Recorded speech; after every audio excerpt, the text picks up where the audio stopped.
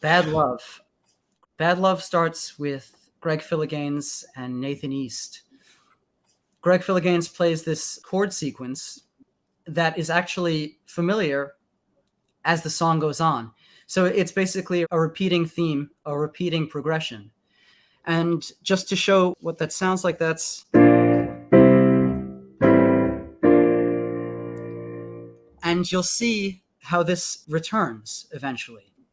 So Greg Philliganes starts with that, and there's some fretless bass, or actually I think Nathan is playing an upright bass, but it just sounds fretless in the way that he's playing the notes. And then eventually Clapton comes in at the same time as the drum ride bell is hit. And Eric hits this D chord, or maybe it's a D suspended chord, but he's not hitting this E note. He's just hitting...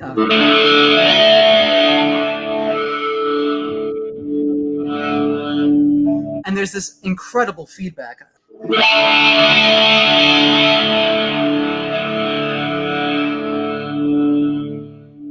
And it's kind of like this oscillating, pulsating sound.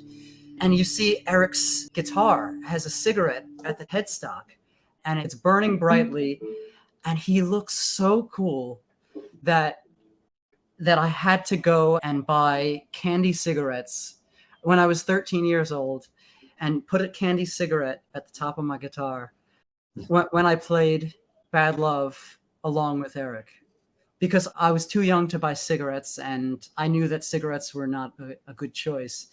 But he just made smoking and playing guitar at the same time so cool. And he plays that intro riff, and then the band does the riff with him, and Steve Ferroni plays these syncopated drums, and that just launches them into the riff. It's an incredible intro. And maybe I'll just do a little bit of...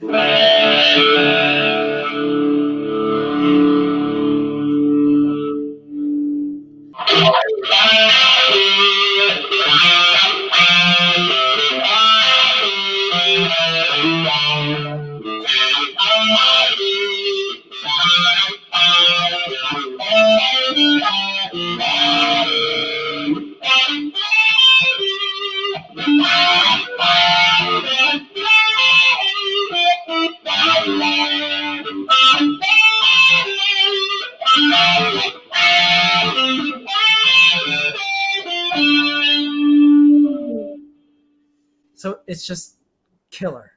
And the sound is just unbelievable. It's like palpitating. So earlier I mentioned that Greg Philliganes does this intro. And that's actually the same chord progression as the "and it makes me sad for the lonely people." It's the same chords right there. So that intro kind of sets up this pre-chorus, which is really cool. So I don't know which one came first, if that was the intro and then they put it in that pre-chorus, or if they moved the pre-chorus to the intro. It's just a very cool song structure. And a lot of other songs do that too, but that was very interesting to me.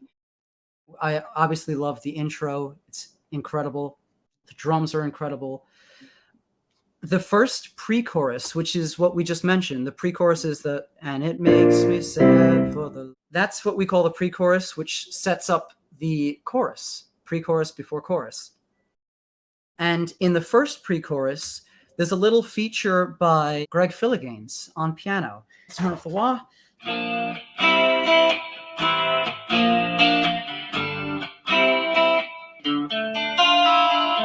It's something like that. And it's so like 80s, 90s pretty.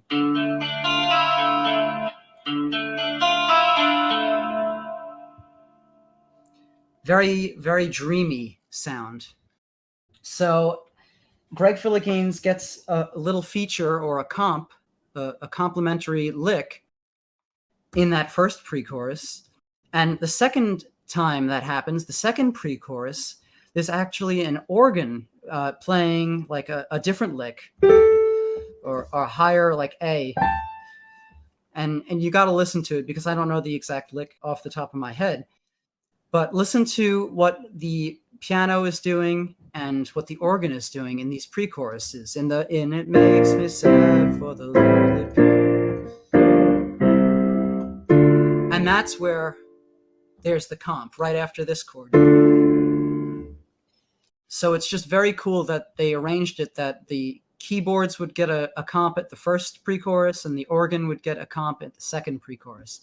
And that's actually an arrangement thing that they took for the next songs on the album when we get to them. I want to mention that Bad Love is actually a really hard song to sing, especially in the choruses, because Eric has to sing a high A note. And I don't know what Clapton's vocal register is, if he's a baritone or a soprano or anything like that. But he has to sing this high, had enough, bad love, I need something. He's hanging out in this register. And to sing that, he has to probably sing really intensely to hit that note. And this note is the same note in Layla. Layla, got me on my knees. Layla, begging down, please. Layla. So it's very taxing on the vocals. So Eric made a couple of variations so that he didn't have to keep on hitting that because it really can take the life out of you. So he'll sing, had enough, and he'll occasionally hit this high A because it's difficult. It's really difficult, but he makes it work. Eric makes variations so that he doesn't destroy his voice because he has other songs to sing. And it's still very musical and it works for the song.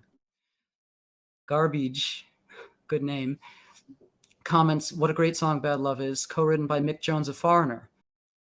And that's another point that I wanted to bring up, that Mick Jones actually suggested to Eric that they put a different riff in the middle of the song, in the bridge of the song. So after doing the chorus, I think twice, they do the riff again, but they end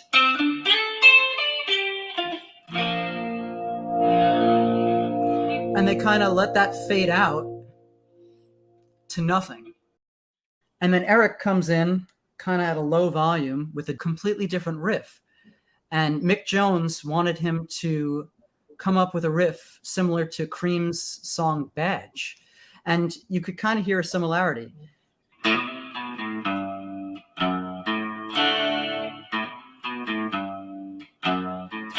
And that just repeats a couple of times. The riff for Badge is different.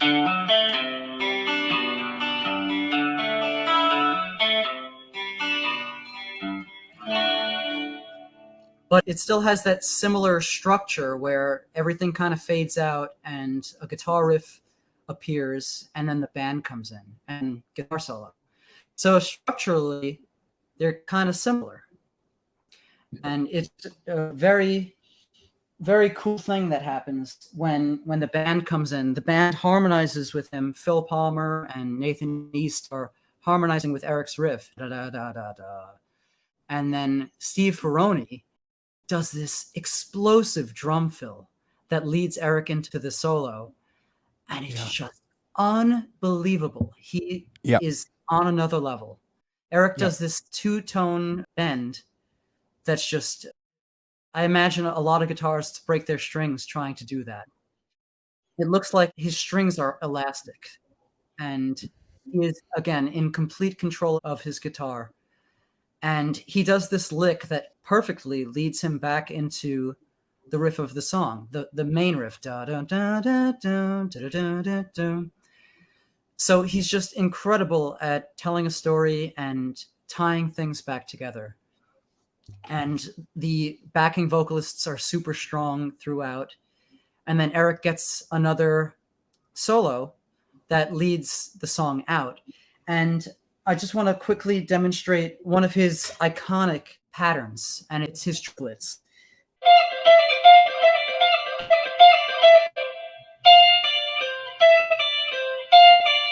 One, two, three, 1, 2, 3. And he does that a couple of times, and it's just so fluid. It's elastic. So I'll just do it again.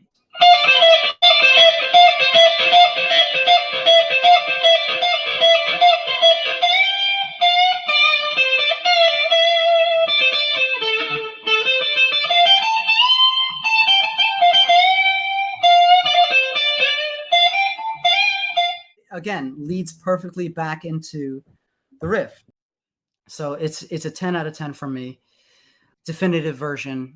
I just love the energy on this version compared to the studio version, which had Phil Collins on the original version. Yeah.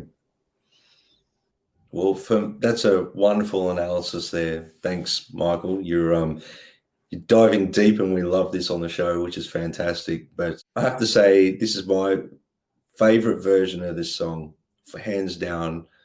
He's playing on it. All the parts that you highlighted are for me the same things, exactly the same thing, the same reasons I love the song. The breakdown section in the middle, there's a nod to Badge there for sure. I love how the song starts off. I love every single aspect of this song, but the energy, the performance is phenomenal. Eric's singing is outstanding. The backing vocalists are hitting all the right notes. It's like, how could you not come across playing that well with a band that good? They're backing him 100%. They're faultless. It's like this wall of sound with this band. And what a great way to perform the songs off Journeyman and things like that with this lineup. It's just phenomenal. So I have to give this song a 20 out of 10 as well.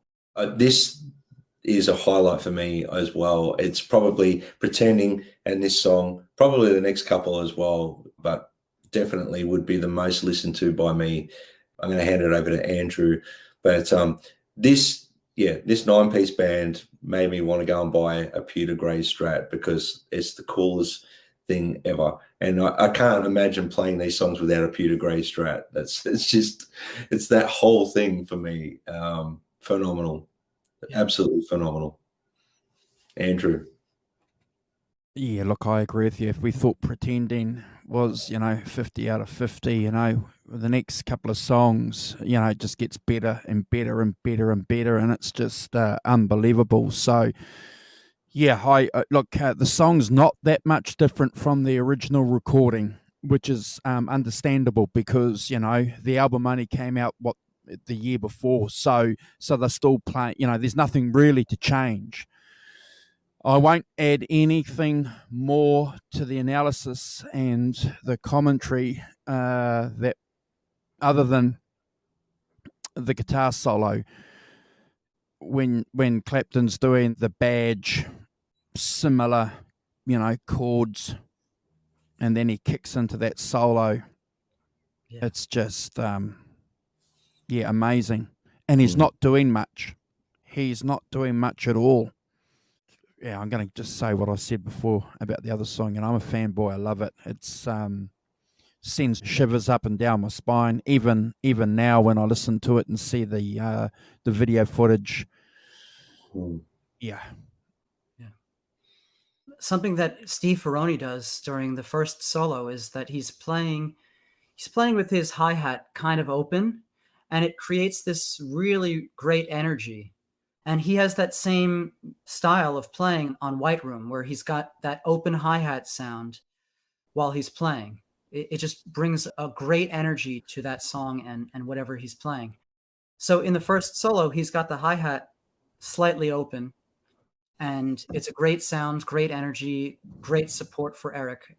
And when Eric returns from his solo to the main riff of the song, he switches from the hi-hat to the ride cymbal. And not only is he switching to the ride cymbal, he switches to the ride bell. And he's digging into this ride bell. And you need to watch him do it, because when I hear it, I'm just like, this is killer. This is so cool. Why did you decide to switch right then? Why didn't you switch to the ride cymbal when the solo started? His choices are incredible. He's a brilliant drummer, and probably my favorite that Eric has worked with in his solo career. And that brings us to the next song,